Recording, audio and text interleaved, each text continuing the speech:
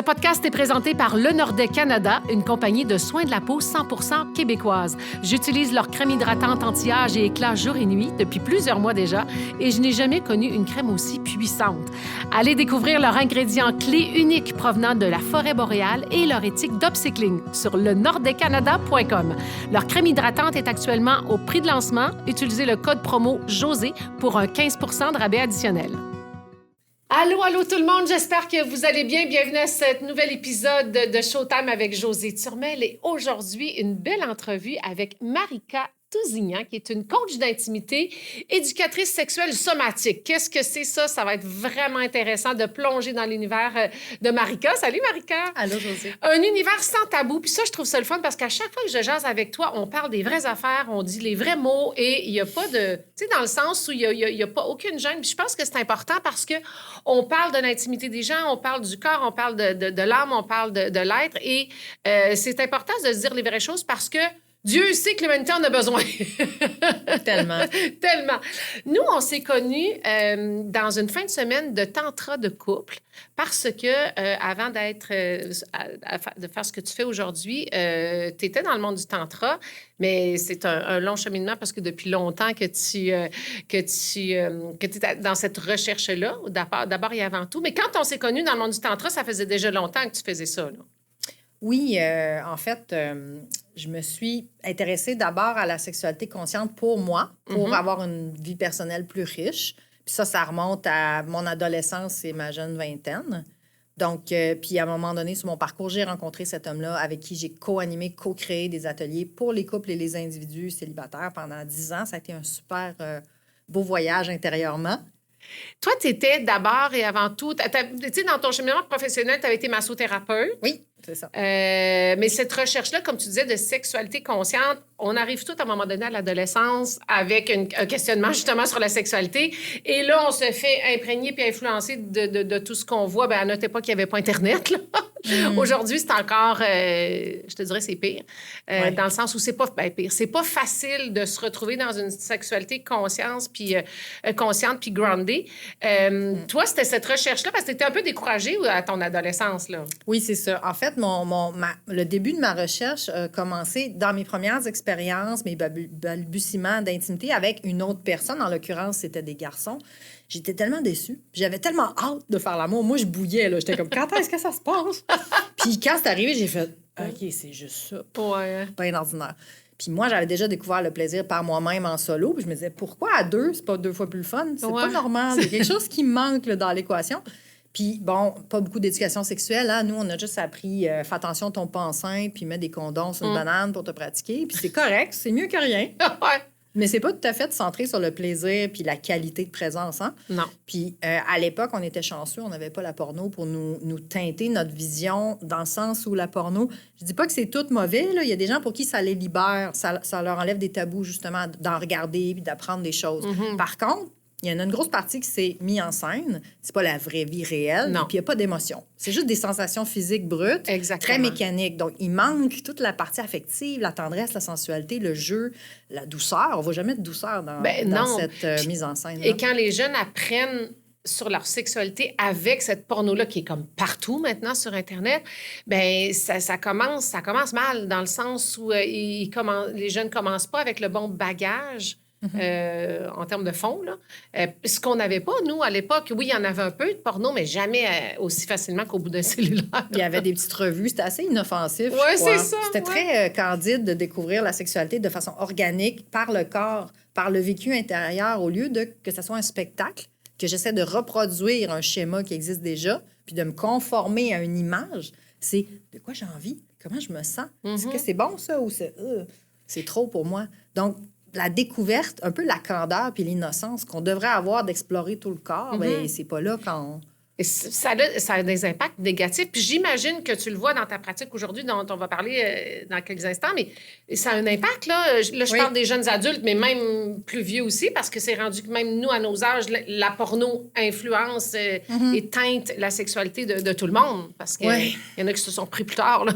Ça crée des attentes irréalistes, ça crée de la comparaison au niveau du corps. Entre autres, on se compare à ces acteurs-là, actrices-là, puis on fait « Oh my God, je suis pas assez belle pour plaire » ou quoi que ce soit. Mais en fait, la sexualité pas réservé aux gens qui ont un corps parfait. Puis c'est quoi un corps parfait anyway? Oui, c'est Tu sais, ça.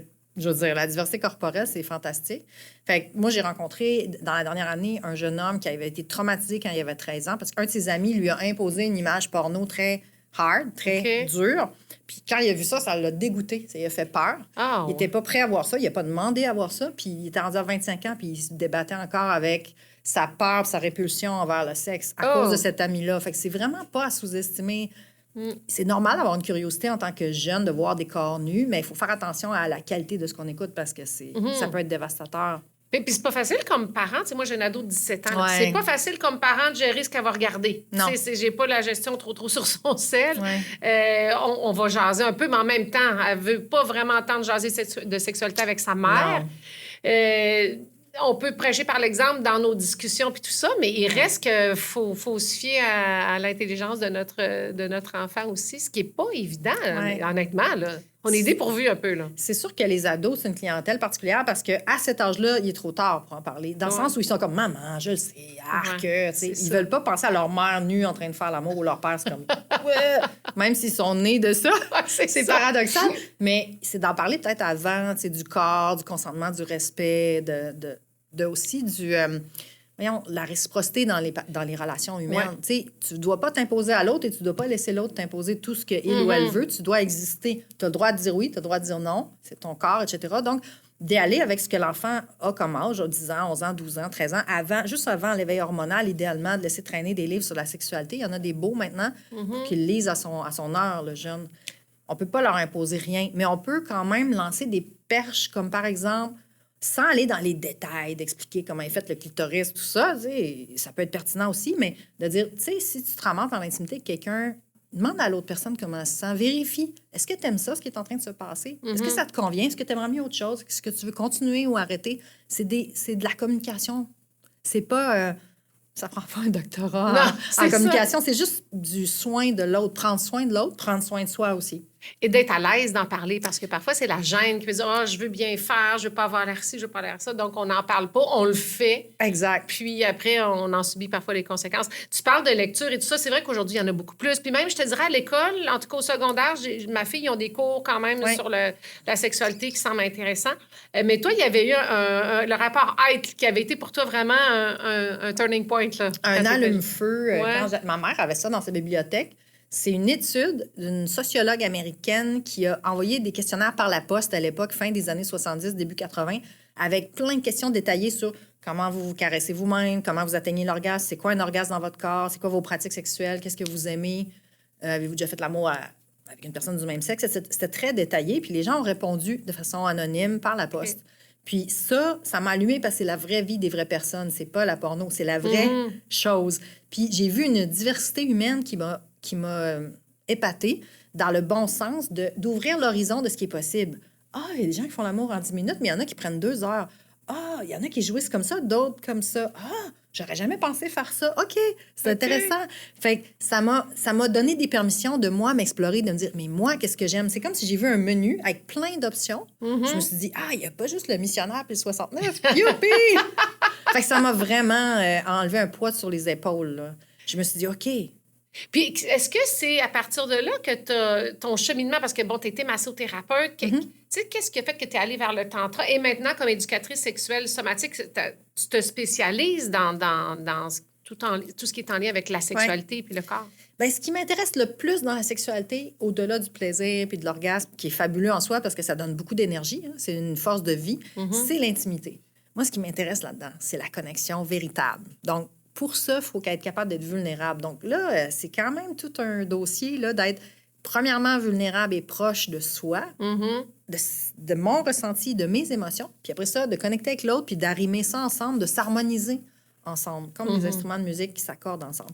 Moi, c'est ça qui me fascine, puis c'est dans le tantra puis le Tao sexuel que j'ai trouvé ça le plus accessible, ces informations-là, de comment faire pour approfondir le lien. Donc, prendre le temps de se regarder dans les yeux, respirer ensemble, se détendre ensemble, se déposer, se dire « Oh là, j'ai envie de toi, mais je me sens vulnérable parce que X, Y, Z. Je suis fatiguée, j'ai peur de ne pas te plaire physiquement, je ne sais pas si je suis assez en forme pour faire l'amour ce soir, mais j'ai le goût, mais en même temps... » Tu sais, de mettre les vraies cartes sur la table et de parler des vraies choses. Et oui, la communication, c'est la clé de voûte. Tout à fait. C'est vrai. de la satisfaction amoureuse, puis encore beaucoup de gens qui sont très ouverts de parler de plein de choses, d'argent, de comment on éduque les enfants, de projets de vie. Mais ça, c'est tabou c'est le encore. statu quo. Ouais. On a peur de bouger trop les choses pour pas heurter notre conjointe et notre partenaire. Des fois, les deux pensent « Ah, il ou elle veut pas en entendre parler », mais les deux pensent ça. Fait que les deux se mettent un zipper puis ils se privent d'une opportunité de croissance ensemble. Bien, exactement, puis de bâtir cette intimité-là qui, sinon, devient parfois, ça peut faire un espace. Puis quand tu parles de tantra, souvent, les gens associent tantra à sexe, alors qu'on n'est pas là. Oui, ça peut mener à ça, bien sûr, mais tantra, c'est justement cette connexion-là avec l'autre, avec soi-même d'abord et avant tout, puis c'est cette connexion-là avec l'autre aussi. Au départ, tu sais, le tantra classique, c'est vraiment une voie d'éveil spirituel. C'est vraiment comme le yoga. C'est l'union du corps et de l'esprit, puis l'union avec ce qui est plus grand que nous. En résumé, très résumé. Moi, je faisais du néo-tantra. Le néo-tantra est souvent plus axé sur la relation de couple. Puis là, oui, on va parler de sexualité, mais à la base, on peut faire du tantra tout seul dans sa chambre en connectant avec l'univers. Là. Donc, puis aussi, c'est associé un peu au chakra, à l'énergie subtile. Donc, c'est quelque chose de pas très concret pour beaucoup de monde, de plus ésotérique, on va dire, d'émotionnel. Fait que c'est pour ça que moi, j'ai un peu mis ça de côté, dans le sens où j'aime beaucoup ce qui est concret. Moi, je suis très nerd, j'aime ça comprendre. Fait que là, mon nouveau métier, qui est éducateur sexuel somatique, c'est plus basé sur les neurosciences, la compréhension de la réponse sexuelle dans le corps. Comment ça marche? C'est quoi les freins? C'est quoi les accélérateurs? Comment on fait pour optimiser notre capacité au plaisir? Parce que souvent, on se contente d'un plaisir de piètre qualité qui est petit, alors qu'on pourrait avoir du plaisir dans tout notre corps, qu'on pourrait se laisser aller beaucoup plus, qu'on pourrait se donner plus de permission. Puis ça, comment t'aides les gens à aller vers là? Parce qu'on connaît tous, bon, la jouissance locale dans le chakra racine, là, c'est genre, on fait l'amour, on jouit, bon, t'as eu ton plaisir, j'ai mon plaisir. Ça, c'est le de base qui est limité. Donc, t'amènes à connecter. Dans le fond, c'est de connecter tout son corps et tous ses chakras. Oui, et c'est aussi de prendre conscience que pour aller plus loin, plus profond en soi, ça prend du temps aussi de qualité. Il faut se libérer des plages horaires. Moi, j'insiste là-dessus, il faut se donner des rendez-vous intimes. Puis des fois, les gens me disent, c'est pas spontané. Ben oui, mais t'aimes-tu mieux faire l'amour une fois par mois, mais que ce soit vraiment bon, ou faire l'amour une fois par 4 mois, peut être frustré? Je veux dire, c'est quoi qui est mieux? C'est quand t'as des enfants, puis que la routine va vite. Donc, ou de faire tout le temps des petites vites, mais qui te laissent sur ta faim, un peu comme du fast-food. Donc, puis c'est correct, des petites vites aussi, de temps en temps. C'est le fun, ça fait du bien. Mais je veux pas diaboliser rien. Là. Tout est bon quand les deux partenaires sont bien dedans. Okay?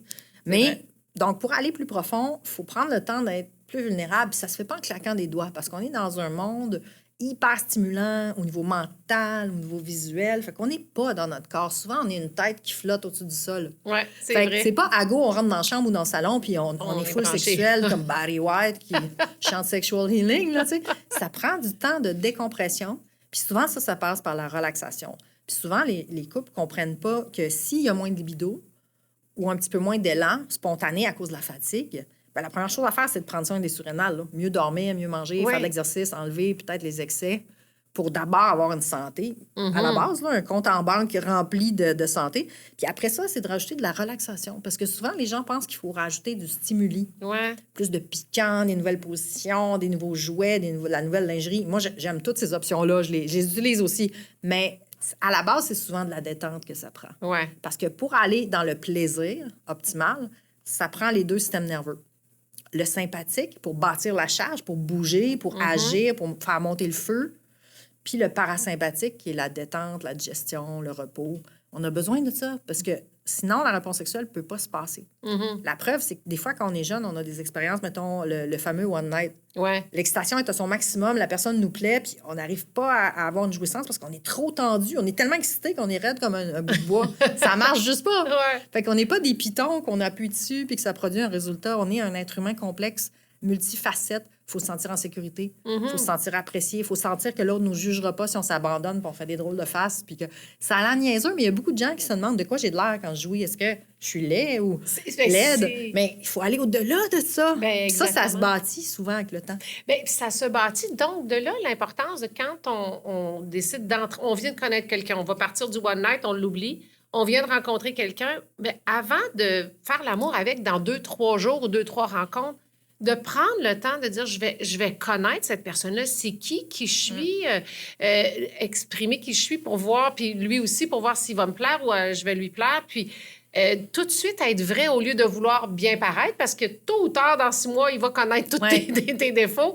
Donc, Ouais. d'être vrai et authentique dès le départ. Donc, cette intimité-là qu'on va créer dans la relation, bien, quand tu vas arriver dans le lit et rendu au niveau de la sexualité, bien, ça va moins te déranger la face que tu fais pendant que tu joues, parce que tu vas même être capable d'y en parler peut-être pendant que ça se passe. Ou l'intimité relationnelle va être là avant l'intimité Exactement. sexuelle. Ça serait idéal, ça serait optimal. Donc, de prendre le temps de savourer les étapes de flirt, de fréquentation, ce qu'on appelait le necking quand on était jeune, Oui, oui. s'embrasser, se passer les mains dans le linge, puis sentir la force des rosses qui est là, puis de savourer ça, parce que c'est bon. Puis en Ouais. fait, le désir et l'anticipation, c'est ça l'aphrodisiaque numéro 1. Fait que si on se garoche tout le temps très vite au génital, ce qu'on fait, c'est qu'on prend l'autoroute vers l'orgasme. Ça marche. On peut avoir des orgasmes comme ça, mais on se prive de la balade dans le parc, puis de la balade dans le boisé, puis le petit chemin en dehors des sentiers battus, qui est flâner sur tout le corps, éveiller tout le corps. La peau au complet, c'est une zone érogène. Les oreilles, les orteils, le cou, le sacrum. Croyez-moi pas, essayez-le. Donnez-vous des milliers de bisous partout sur le corps. Je vous mets au défi de prendre une demi-heure chaque pour faire ça.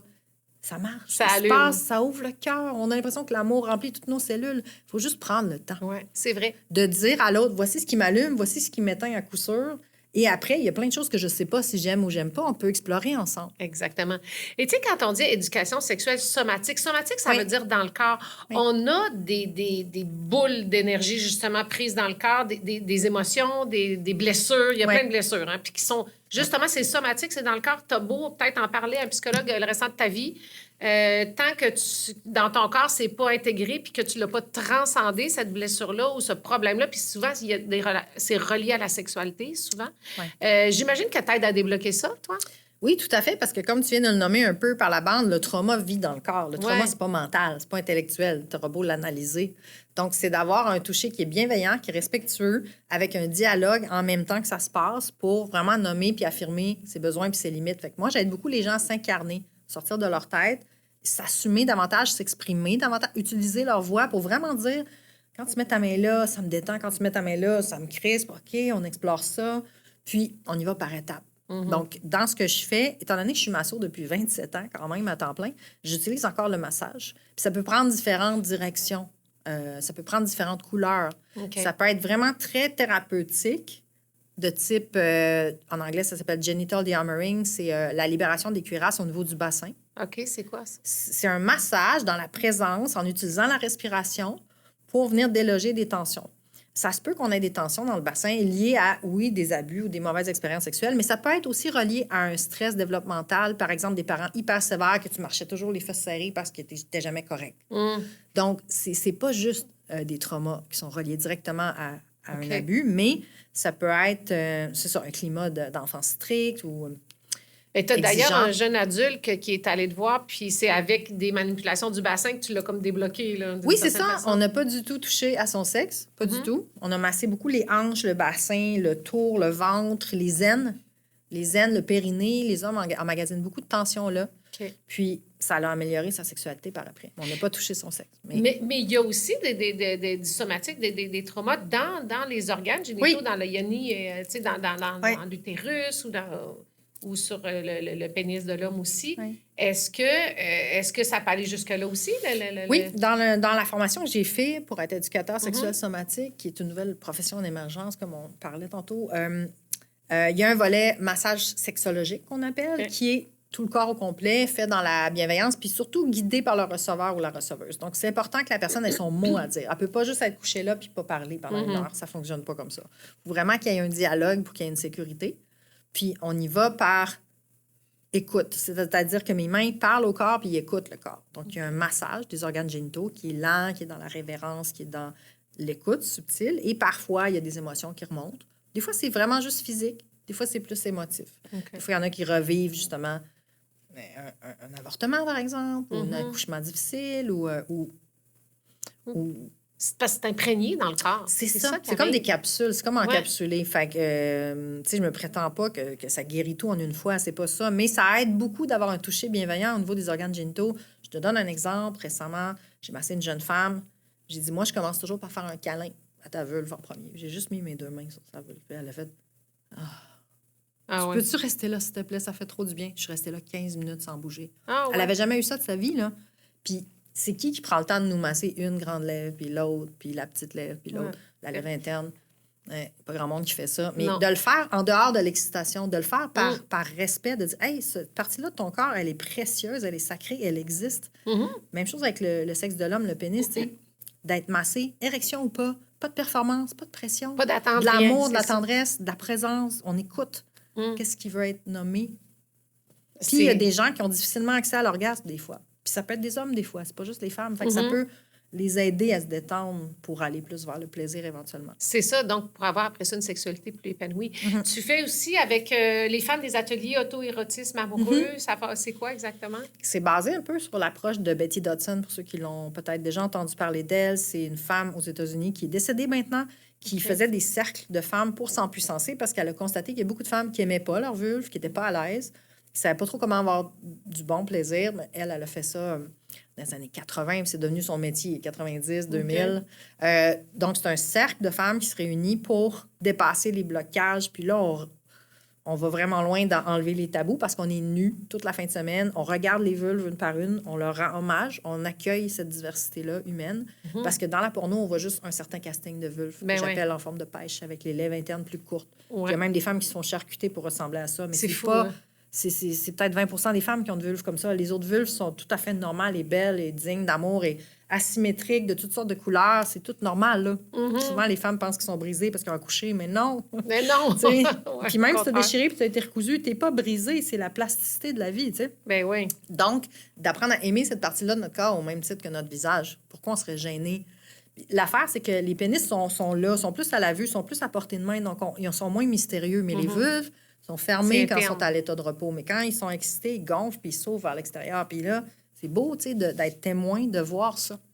Fait que ce qu'on fait dans cet atelier-là, c'est la deuxième journée, on parle de comment avoir plus accès au plaisir, on donne des méthodes, puis on fait un cercle d'auto-érotisme en groupe, mais chacune pour soi, chacune dans sa bulle. Donc, c'était quand même assez Oui, confrontant pour certaines personnes. Ben, j'imagine. Puis pour les femmes de s'inscrire à ça, ils doivent se dire, oh là, je ne connaîtrais pas les autres filles. Va falloir que je me montre.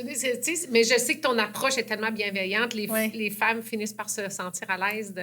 Il y a comme un cercle intime qui se forme, j'imagine. C'est tellement beau, les cercles de femmes, puis les cercles d'hommes aussi, pour ceux qui vivent des cercles d'hommes. C'est puissant d'être entre nous parce qu'il y a un sentiment de sécurité. Puis quand l'atelier commence, moi puis ma collègue Élise Martin, avec qui j'anime, co-anime, on tient l'espace, on ouvre la porte, on les accueille le samedi matin, on est déjà flambant nus. Fait que là, ils partent à rire. Ils font comme, OK, on va aller mettre nos sacs là, puis on s'en vient. Puis là, au début, tout le monde est là, les jambes fermées. Puis la deuxième journée, tout le monde est comme, oh, ça, on est bête, on est...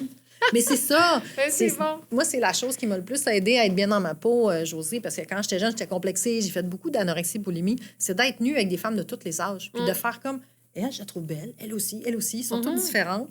Pourquoi moi, j'apprécierais pas le corps qu'on m'a donné, que la vie m'a donné? Mais tout part de là. À partir du moment où tu Exact. t'acceptes, tu es bien dans ta peau, tu vas être bien après ça en relation, tu vas être capable de mettre tes limites puis d'exprimer ce que tu aimes aussi.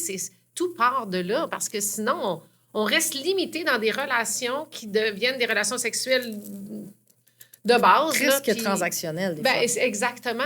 Puis ça fait des fois que des couples qui sont ensemble longtemps vont se perdre. Puis je me rappelle dans l'atelier Week-end Tantra qu'on a vécu ensemble, il y avait un couple qui ça faisait longtemps qu'ils étaient ensemble et qui se perdaient.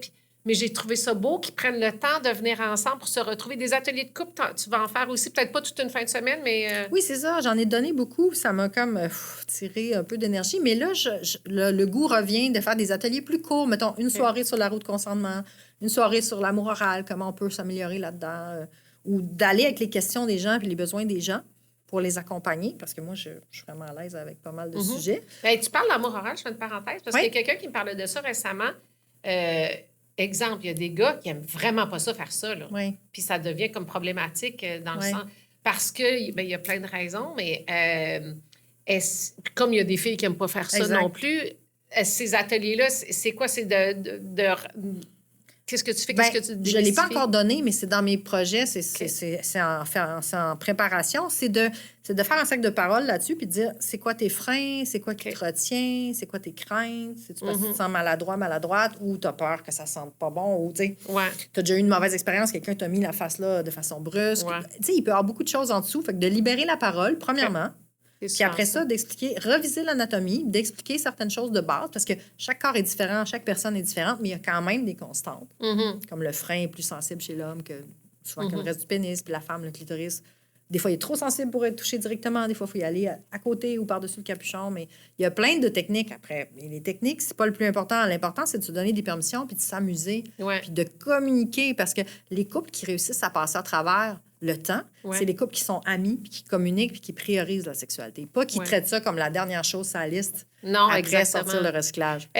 Exactement. Puis que tu fais dans la frustration parce qu'il y a plein de non-dits, puis il y a des habitudes qui se sont ancrées là, puis on pense que ça change pas ou ça changera jamais, tu sais. C'est toujours possible de changer, qu'on ça fasse 27 ans qu'on est en couple ou qu'on commence. Parce que même pour les nouveaux couples, de commencer sur des nouvelles bases différentes comme ça, plutôt que de dire, ben je vais commencer cette nouvelle relation de couple-là comme j'ai commencé toutes les autres, c'est-à-dire beaucoup de sexe, là, on le sait comment que c'est, là, peu importe, là, il y a beaucoup de sexe dans les premiers mois, puis à un moment donné, après 6 mois, 1 an, ben là, Colin, le gars est fru parce qu'il n'y a pas autant de sexe qu'au début. Mais tu sais, il y a plein de non-dits qui sont là.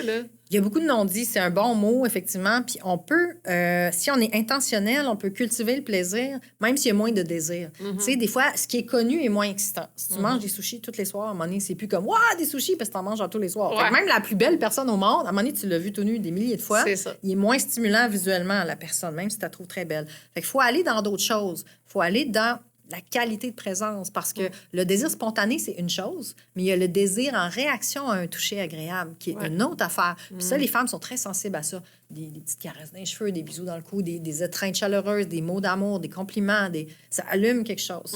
Souvent, en tantra, on disait que l'homme était plus feu, puis la femme était plus eau.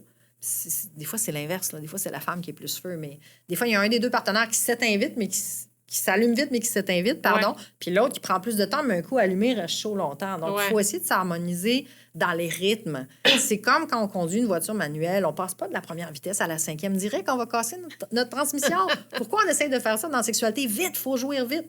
Pour qui a dit qu'il fallait jouir vite? C'est ça. C'est juste que quand on est ado, on fait ça en cachette, puis on n'a pas des fois de barrure sur notre porte de chambre, ou on fait ça dans la douche, puis on se dépêche, mais dans le fond... Quand on a le temps... on est maître chez nous, on peut-tu prendre le temps qu'on a envie de prendre? Exactement. Moi, personnellement, j'ai une belle vie sexuelle fantastique, mais si je sais que j'ai une limite de temps, souvent, ça me crispe. Fait que ça dépend de chaque personne, là. Mais moi, j'ai besoin que ça soit spacieux. Fait que j'écoute pas de films sur Netflix. En fait, j'en écoute jamais. J'aime mieux être avec mon conjoint. C'est plus fun d'en faire dans ta chambre à place. J'aime mieux ça, qu'est-ce que tu veux que je te dise? Fait que c'est de se prioriser aussi, puis de s'assumer. Moi, j'aime ça faire l'amour longtemps, donc je me dégage du temps. Les autres personnes, c'est pas ça qu'ils ont besoin. C'est peut-être juste de comprendre quand faire l'amour. Si un des deux est vraiment du matin, puis l'autre est vraiment du soir, c'est peut-être faire l'amour l'après-midi pour essayer de faire un peu... ou d'alterner entre le matin et le soir. C'est ça. C'est de trouver qu'est-ce qui marche pour votre couple, pour vous deux personnes. Donc, oui, il y a des ateliers que tu vas faire, mais évidemment, il y a du one-on-one. Les gens peuvent aller te voir pour des soins. On en a parlé de quelques-uns. Tu avais quelques exemples dont tu voulais me parler. En fait, tu fais des conseils aussi pour relations de couple. Oui. Ou des exemples aussi de... Est-ce que c'est plus des femmes que des hommes qui viennent te voir ou c'est pas mal mélangé? C'est pas mal les deux. Je dirais que pour les couples, c'est souvent la femme qui initie la conversation, de dire « Ah, chérie, on pourrait consulter ». Puis quand l'homme vient de reculons, ça se sent, puis ça marche pas. Il faut vraiment que les deux partenaires soient à bord du même bateau. Des fois, c'est la femme qui est résistante puis qui veut pas regarder ce sujet-là, qui veut pas en parler parce que ça ramène trop d'émotions. Mais ça peut être en ligne, ça peut être en personne dans mon bureau, chez nous. Quand on se voit en personne, évidemment, il n'y a jamais de sexualité génitale, là, on s'entend. Là. C'est vraiment des exercices de rapprochement. J'ai plein de jeux, j'ai plein de façons de générer plus d'intimité puis plus de proximité. Puis je les guide pas à pas, puis je m'adapte à eux. Puis ça, j'aime ça, faire ça. C'est comme des mini-ateliers pour couple qu'on peut faire.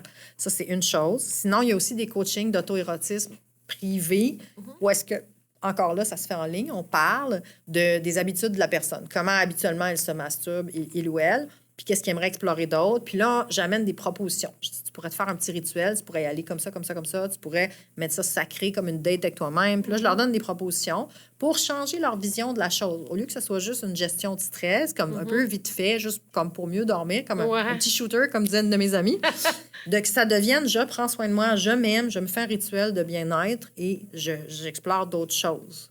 Ça peut être de connecter avec les éléments de la nature, ça peut être de danser en même temps, ça peut être de se masser avant de... Fait que ça peut se faire aussi. OK.